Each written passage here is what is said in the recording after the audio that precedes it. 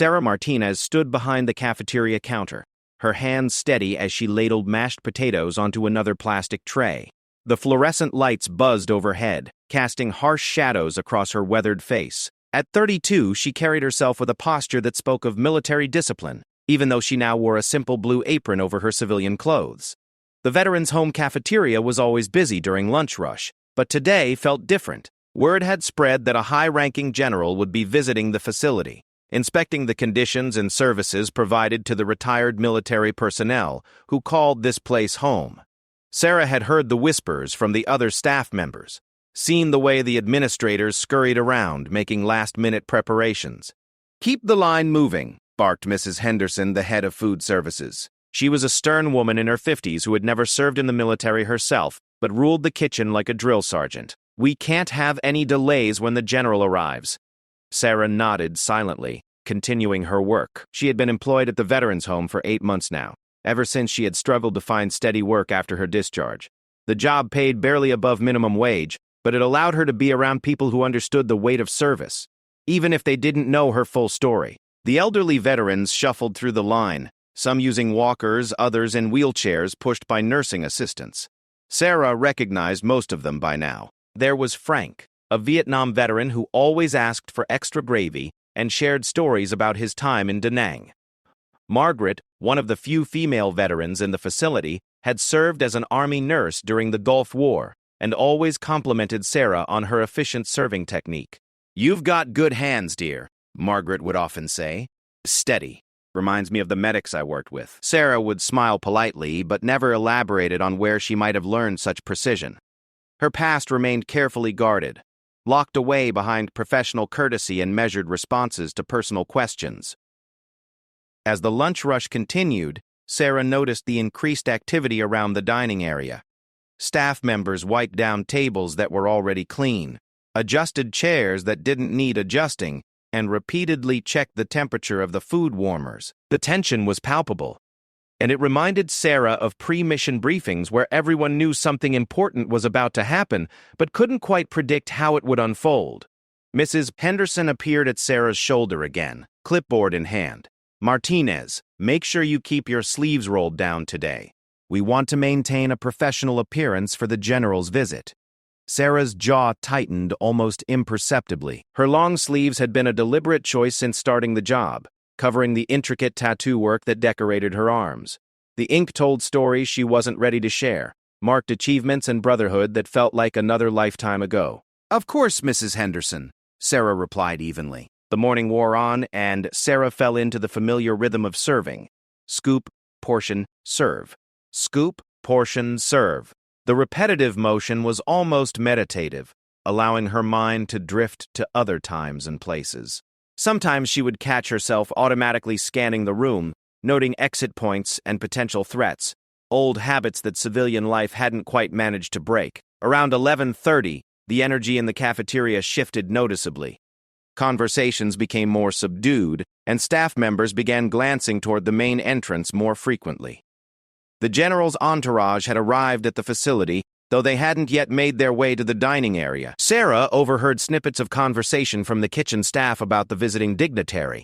General Patricia Coleman was apparently known for her no-nonsense approach and keen eye for detail. She had served multiple tours in Afghanistan and Iraq, rising through the ranks through merit and dedication.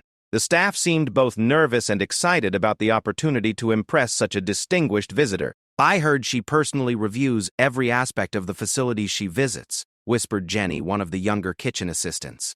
"She's supposed to be really tough but fair." Henderson shushed the gossip and reminded everyone to focus on their duties. Sarah appreciated the return to quiet efficiency. She had never been one for workplace chatter, preferring to let her work speak for itself. The first wave of lunch service began promptly at noon. The elderly residents filed in with their usual mix of excitement for the meal and grumbling about various aches and pains. Sarah served each one with the same careful attention, making sure portions were appropriate and presented well. Frank wheeled up to her station in his motorized chair, grinning widely. "Heard we got some fancy brass coming by today, Sarah. Think they'll actually eat the food or just pretend to like it?"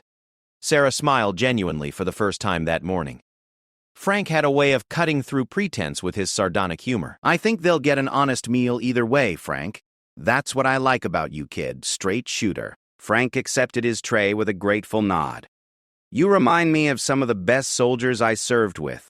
Got that same steady way about you." As Frank rolled away to find his usual table, Sarah wondered if her carefully constructed civilian facade was as convincing as she hoped. Veterans had a way of recognizing their own, even across generational and service boundaries. The lunch service continued smoothly until approximately 12:45, when a subtle change in the room's atmosphere announced the arrival of the general's party. Conversations didn't stop entirely, but they became more controlled, and Sarah noticed several staff members standing straighter. Mrs. Henderson emerged from the kitchen, smoothing her apron and checking her appearance in the reflection of a serving spoon. She positioned herself near the entrance to the serving area, clearly hoping to personally greet the distinguished visitor. Sarah maintained her focus on the task at hand, serving a generous portion of green beans to Mrs. Carl Patterson, an elderly woman who had served in the Women's Army Corps during the Korean War. Mrs. Patterson always moved slowly through the line, using a walker and taking time to chat with each server. "The food looks wonderful today, dear," Patterson said to Sarah. "I do hope our important visitor appreciates the care that goes into these meals." "I'm sure they will," Sarah replied, helping to balance the tray on Mrs. Patterson's walker. It was then that Sarah became aware of a small group approaching the serving area. Through her peripheral vision, she could see Mrs. Henderson practically vibrating with nervous energy as she prepared to make introductions. The facility director, Mr. Hawkins, was leading the group, gesturing broadly as he explained the dining facility's operations. Sarah kept her eyes on her work, ladling mashed potatoes with the same measured precision she had maintained all morning. She could hear Mrs. Henderson's voice, higher pitched than usual with excitement, explaining the serving procedures and nutritional considerations for the elderly residents. "And this is our serving staff," Mrs. Henderson was saying. "They work very hard to ensure our residents receive quality meals prepared with care." Sarah sensed the group moving closer to her station, but continued focusing on the elderly gentleman in front of her, making sure his portion of pot roast was properly centered on his plate. The man, whose name tag read Walter Korean War Veteran, winked at her conspiratorially. "Keep doing what you're doing, young lady," Walter said quietly. "Don't let the dog and pony show distract you from taking care of us." Sarah nodded respectfully, appreciating Walter's understanding of the situation. She had always believed that the people being served mattered more than the people doing the observing. The general's party was now directly behind the next person in line, close enough that Sarah could hear their low conversations about facility operations and resident satisfaction scores. She continued her work methodically, aware that she was likely being observed but unwilling to alter her natural serving rhythm for the sake of performance. Mrs. Henderson's voice carried clearly as she began introducing individual staff members to the general. Sarah knew her turn was coming and steeled herself for the brief interaction. She had perfected the art of polite professional responses that revealed nothing substantial about her background or experiences.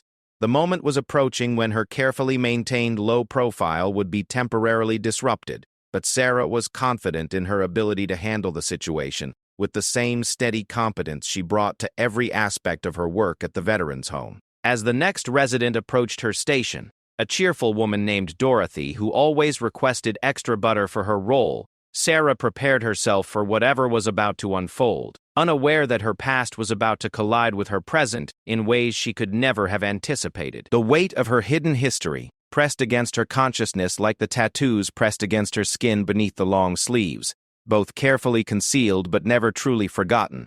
In just a few moments, her world would shift in ways that would force her to confront the carefully constructed boundaries between who she had been and who she was trying to become. Dorothy smiled warmly as she approached Sarah's station, unaware that she was about to witness an encounter that would change everything for the quiet woman who had been serving their meals with such dedicated precision for the past 8 months. Dorothy approached Sarah's station with her characteristic warm smile, but before she could reach for her tray, Mrs. Henderson's voice cut through the cafeteria noise with unusual authority.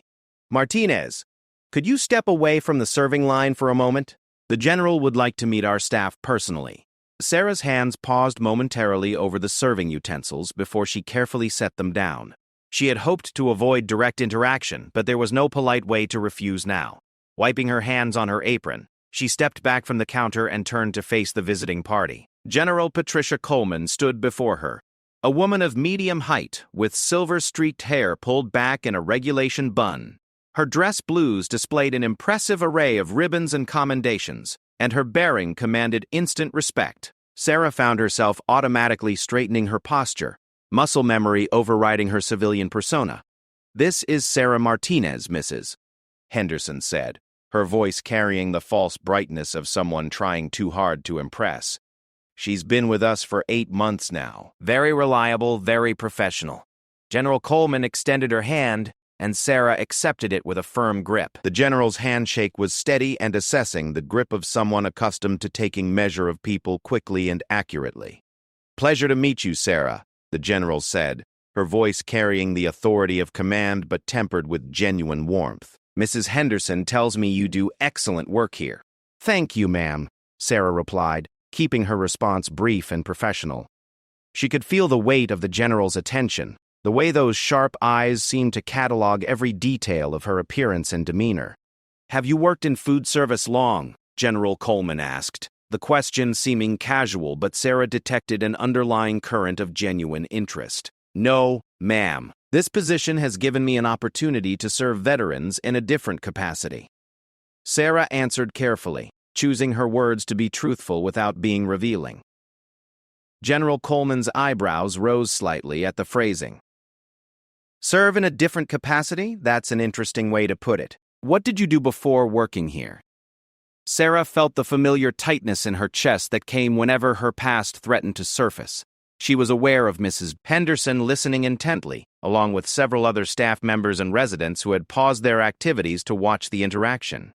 "I had various jobs after leaving my previous career," Sarah said diplomatically. "Finding steady employment can be challenging in the current economy." The general nodded thoughtfully, but Sarah could see that her vague answer had only heightened the woman's curiosity rather than satisfied it. There was something in General Coleman's expression that suggested she was accustomed to reading between the lines of carefully constructed responses. "What branch?" the general asked suddenly, her voice taking on a different tone entirely. The question hit Sarah like a physical blow. She had been so careful to avoid any language or behavior that might reveal her military background, but apparently her camouflage wasn't as effective as she had hoped. "I'm sorry?" Sarah replied, though they both knew she had heard the question clearly. "What branch did you serve in?" General Coleman repeated, her eyes now studying Sarah with the focused attention of a commander evaluating a soldier. "Your posture, your responses, the way you carry yourself. You're military. Recently discharged, I'd guess." The cafeteria around them seemed to grow quieter, though Sarah wasn't sure if the conversations had actually stopped or if her heightened awareness was filtering out everything except this moment of exposure. Mrs. Henderson looked confused, glancing back and forth between Sarah and the general. "Military? Sarah, you never mentioned serving in the military on your application." Sarah felt cornered, her carefully constructed civilian identity cracking under the general's experienced scrutiny. She had worked so hard to blend in, to be invisible, to serve quietly without drawing attention to her past or the reasons she had left it behind. "I served in the Navy," Sarah said finally, her voice steady despite the internal turmoil. "I chose not to emphasize that experience when applying for civilian positions." General Coleman's expression shifted subtly, and Sarah recognized the look of a commander who had just received important intelligence that changed her understanding of a situation. "Navy," the general repeated thoughtfully. "What was your rate? Your specialty?" Sarah hesitated. Each question was drawing her deeper into territory she had worked hard to avoid. But General Coleman's direct approach made evasion increasingly difficult, and Sarah found herself responding to the authority in the woman's voice despite her reservations. "Special operations," Sarah said quietly, hoping the general might be satisfied with the general category without requiring more specific details. But General Coleman's sharp intake of breath told Sarah that her hope was misplaced. The general's eyes widened slightly, and Sarah saw recognition dawning in her expression. "Special operations," the general repeated slowly. "In the Navy, that would mean—" The sentence hung unfinished in the air between them. But Sarah could see that General Coleman was rapidly connecting dots that Sarah had hoped would remain unconnected. Frank, who had been watching the interaction from his nearby table, suddenly spoke up with his characteristic bluntness. "Well, I'll be damned. Sarah, are you telling us you're some kind of Navy Special Forces?" The question carried clearly across the cafeteria, and Sarah became aware that she had become the center of attention for both the visiting dignitaries and the residents she served daily. The weight of their collective gaze felt heavier than any equipment she had ever carried on a mission. "I served my country," Sarah said simply, trying to deflect the growing curiosity without outright denying the implications of Frank's question. General Coleman was now studying Sarah with the intense focus of a commander who had encountered something unexpected and potentially significant. Sarah could practically see the gears turning in the general's mind as she processed this new information.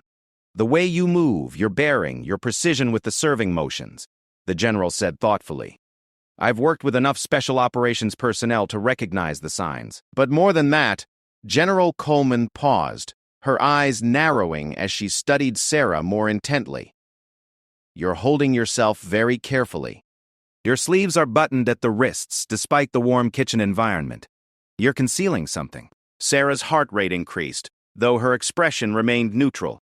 She had underestimated General Coleman's observational skills and experience with special operations personnel. Mrs. Henderson looked increasingly bewildered by the turn the conversation had taken. "Sarah, I don't understand. If you have military experience, why didn't you mention it?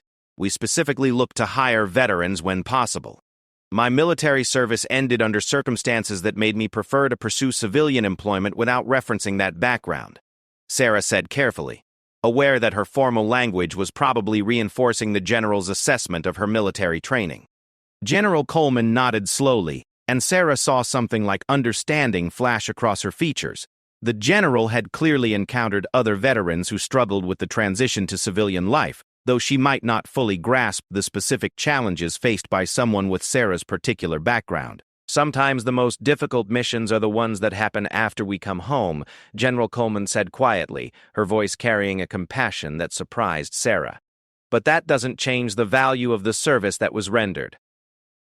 The moment stretched between them, filled with unspoken understanding and mutual recognition. Sarah realized that her careful facade had been completely penetrated, not through any failure of her own construction, but simply because she was facing someone with the experience and insight to see through it. Dorothy, who had been patiently waiting for her lunch throughout this exchange, finally spoke up with the practical directness of an elderly person who had seen enough of life to cut through complicated situations. "Well, this is all very interesting," Dorothy said, "but I'm still hoping to get some of those green beans before they get cold." "Military service or not, Sarah, you still make the best portions in the place." The comment broke some of the tension, and several of the nearby veterans chuckled appreciatively. Sarah felt a wave of gratitude toward Dorothy for her perfectly timed intervention. But General Coleman wasn't finished. "Sarah, I'd like to continue this conversation in a more private setting if you're willing. There may be opportunities we could discuss that would better utilize your skills and experience." Sarah felt a familiar conflict rising within her. Part of her wanted to retreat, to maintain the distance she had carefully constructed between her past and present. But another part, the part that had been trained to respond to legitimate authority and recognize opportunities for meaningful service, was intrigued by the general's suggestion. "I appreciate the offer, General Coleman," Sarah said carefully, "but I'm committed to my responsibilities here." "Of course," the general replied. "And those responsibilities are important. But sometimes we serve best when we serve in the capacity that makes the fullest use of our capabilities."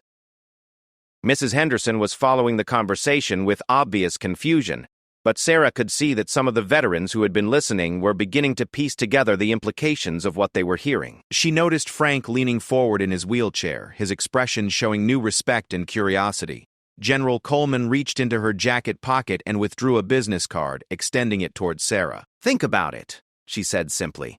"When you're ready to discuss possibilities, I'd be honored to have that conversation." Sarah accepted the card, her fingers automatically noting its weight and quality, the kind of card carried by someone with real authority and resources. She slipped it into her apron pocket without looking at it, aware that this simple action was being observed by everyone present. The general's attention was suddenly drawn by one of her aides, who approached discreetly and whispered something about their schedule. General Coleman nodded and turned back to Sarah and Mrs. Henderson. "Thank you for showing me your operation," she said to Mrs. Henderson, but her eyes remained on Sarah. "You have some excellent people working here." As the general's party began to move away, continuing their tour of the facility, Sarah turned back to her serving station, where Dorothy was still waiting patiently with her tray. "Now that was more excitement than we usually see around lunchtime," Dorothy said with a grin. "But I still want those green beans, dear." Sarah managed a smile and resumed her serving duties, but she could feel the weight of changed circumstances settling around her like a new and unfamiliar uniform. The carefully maintained boundaries of her civilian life had been decisively breached, and she wasn't sure what that meant for her future. The business card in her pocket felt heavier than its physical weight suggested, representing possibilities and complications she wasn't sure she was ready to confront. The rest of the lunch service passed in a blur of whispered conversations and meaningful glances. Sarah could feel the weight of curious stares from both staff members and residents as word spread through the cafeteria about the exchange with General Coleman. She maintained her professional demeanor, continuing to serve portions with the same measured precision, but internally she was processing the implications of what had just occurred. Mrs. Henderson appeared at her elbow several times throughout the afternoon, clearly bursting with questions but uncertain how to approach the subject. The woman who had supervised Sarah for 8 months was suddenly looking at her, as though seeing a complete stranger. "Sarah," Mrs. Henderson finally said during a brief lull in service, "we need to talk after your shift ends. There are some things I need to understand about your background and qualifications." "Ah." Sarah nodded. Having expected this conversation was inevitable. Of course, Mrs. Colole Henderson. As the afternoon wore on, Sarah noticed that her interaction with the veterans had subtly changed. Frank wheeled by her station multiple times, each time studying her with new appreciation and curiosity. Margaret, the Gulf War veteran, lingered longer than usual when picking up her dinner tray. "I knew there was something different about you," Margaret said quietly. "The way you carry yourself, the precision in everything you do. I should have recognized it sooner." "I'm still the same person who's been serving your meals," Sarah replied, though they both knew that wasn't entirely true anymore. "Maybe," Margaret said thoughtfully, "but now we know why you've always felt like one of us." When her shift finally ended at 3:30, Sarah hung up her apron and washed her hands with the same methodical care she brought to all her tasks. The business card General Coleman had given her remained in her pocket, and she could feel it every time she moved.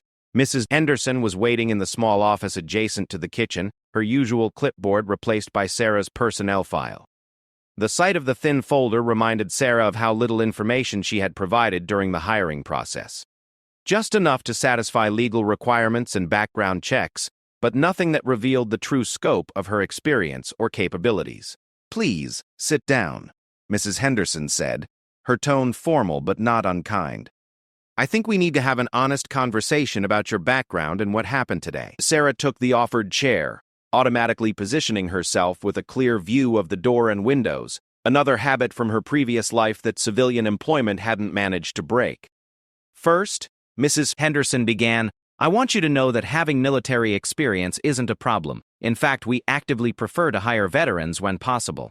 What I don't understand is why you felt the need to conceal that background." Sarah considered her response carefully. The truth was complex and personal, involving failures and disappointments that she wasn't ready to share with anyone, let alone her civilian supervisor. "My military service ended in a way that made me want to start fresh in civilian life," Sarah said. "I was concerned that emphasizing my military background might lead to expectations or assumptions that wouldn't be appropriate for this position." Mrs. Henderson consulted Sarah's file, frowning slightly. "Your application shows a gap in employment history of almost 18 months before you started here. Was that related to your military discharge?" "Yes," Sarah admitted. "The transition to civilian life was more challenging than I anticipated." Mrs. Henderson's expression softened slightly.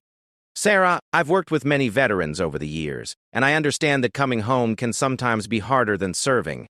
But what General Coleman seemed to suggest today," She acted like your service was something exceptional. Sarah remained silent, unsure how much she was willing or able to reveal. Mrs. Henderson leaned forward slightly. The general mentioned special operations. In the Navy, that could mean several things, but her reaction suggested something quite specific. She seemed to recognize something about you that went beyond ordinary military service. My specific role in the military is classified information that I'm not at liberty to discuss in detail, Sarah said, falling back on the official language that had protected her privacy for months. But General Coleman knew, didn't she? Henderson pressed gently. She recognized signs that told her exactly what kind of service you performed. Sarah took a deep breath, realizing that complete evasion was no longer possible. General Coleman has extensive experience working with Special Operations Forces. She was able to identify certain indicators that suggested the nature of my previous assignment. Mrs. Henderson sat back in her chair, processing this information. Sarah, are you telling me that you're some kind of elite Special Forces soldier, like Navy SEALs or something similar? The direct question hung in the air between them. Sarah had spent months carefully avoiding this exact moment, but now it seemed unavoidable. I served in a specialized capacity that required extensive training and security clearances, Sarah said carefully. The specific details of that service are not something I'm comfortable discussing. Henderson's eyes widened as the implications sank in. My God, Sarah, you're incredibly overqualified for this position. Why are you here? Why are you serving lunch in a veteran's home when you could probably have any number of high-level positions? This was the question Sarah had been dreading, because answering it honestly would require revealing the failures and disappointments that had driven her to seek the anonymity of her current job. Sometimes people need to step away from high-pressure environments, Sarah said quietly. This position allows me to serve veterans in a meaningful way while maintaining the kind of routine and stability that's important for my personal well-being. Henderson studied Sarah's face, clearly sensing that there were deeper currents beneath the diplomatic answer. Was your discharge voluntary? It was complicated. Medical discharge? Mrs. Henderson asked gently. Among other factors, Sarah admitted. Mrs. Henderson nodded slowly, beginning to piece together a picture of what might have driven someone with Sarah's apparent qualifications to seek employment in such a dramatically different field. PTSD? She asked quietly. I prefer not to discuss the medical aspects of my military service, Sarah replied, but her non-denial was answer enough. Henderson's entire demeanor shifted, her administrative concern replacing itself with genuine compassion. Sarah, I want you to know that nothing about this conversation changes your job here. You've been an excellent employee, and you're welcome to continue in this position as long as you want it. Thank you, Sarah said, genuinely grateful for the woman's understanding. But I also want you to know that if you ever want to discuss other opportunities or if you need support services, I can help connect you with resources. Veterans with your level of training and experience don't usually end up serving lunch unless something significant happened to bring them here. Sarah felt an unexpected wave of emotion at Mrs. Henderson's kindness. For 8 months, she had maintained careful professional distance from everyone at the facility, but now she was confronting the reality that her colleagues had been more perceptive and caring than she had allowed herself to recognize. I appreciate that more than you know, Sarah said. This job has been exactly what I needed during a difficult period of adjustment. Mrs. Henderson reached across the desk and touched Sarah's hand briefly. Whatever brought you here, I'm glad you're part of our team. The residents love you, and you bring a level of professionalism and care to your work that's remarkable. As Sarah left the office, she felt both relief and uncertainty. Her carefully maintained cover had been blown, but instead of the consequences she had feared, she had encountered understanding and support. The question now was what she would do with General Coleman's business card and the possibilities it represented. Walking through the residential areas on her way out, Sarah was stopped several times by veterans who had heard about the afternoon's events. Each conversation revealed how much more these elderly former service members had understood about her than she had realized. Always knew you were one of us, said Walter, the Korean War veteran. Takes one to know one, and you've got that Special Forces bearing written all over you. Frank was more direct, as usual. Sarah, I don't know what brought you here or what you're running from, but if that general thinks you've got something to offer, maybe you should listen. Dorothy, ever practical, simply patted Sarah's arm and said, "Whatever you decide, dear, just remember that we appreciate having you here.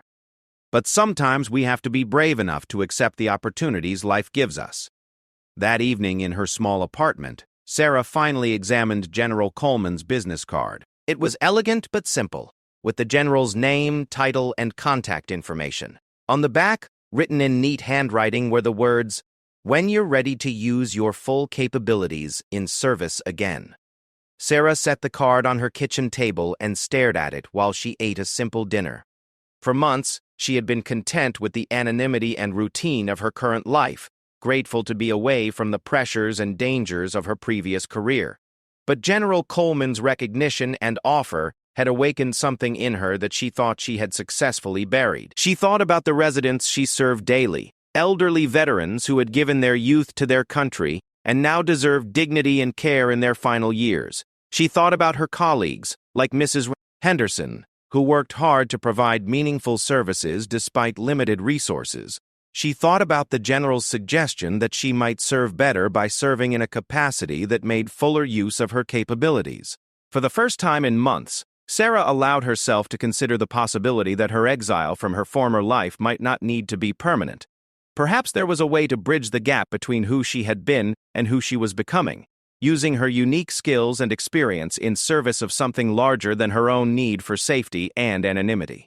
The business card continued to sit on the table, representing a choice she wasn't sure she was ready to make.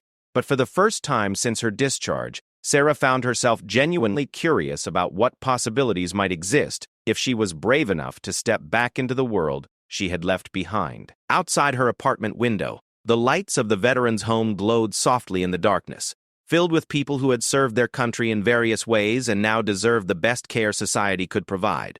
Sarah realized that whether she stayed in her current position or accepted General Coleman's invitation to explore other opportunities, her commitment to serving those who had served would remain constant. The question was no longer whether she would serve, but how she could serve most effectively. And for the first time in a long time, Sarah found herself cautiously optimistic about what the answer might be.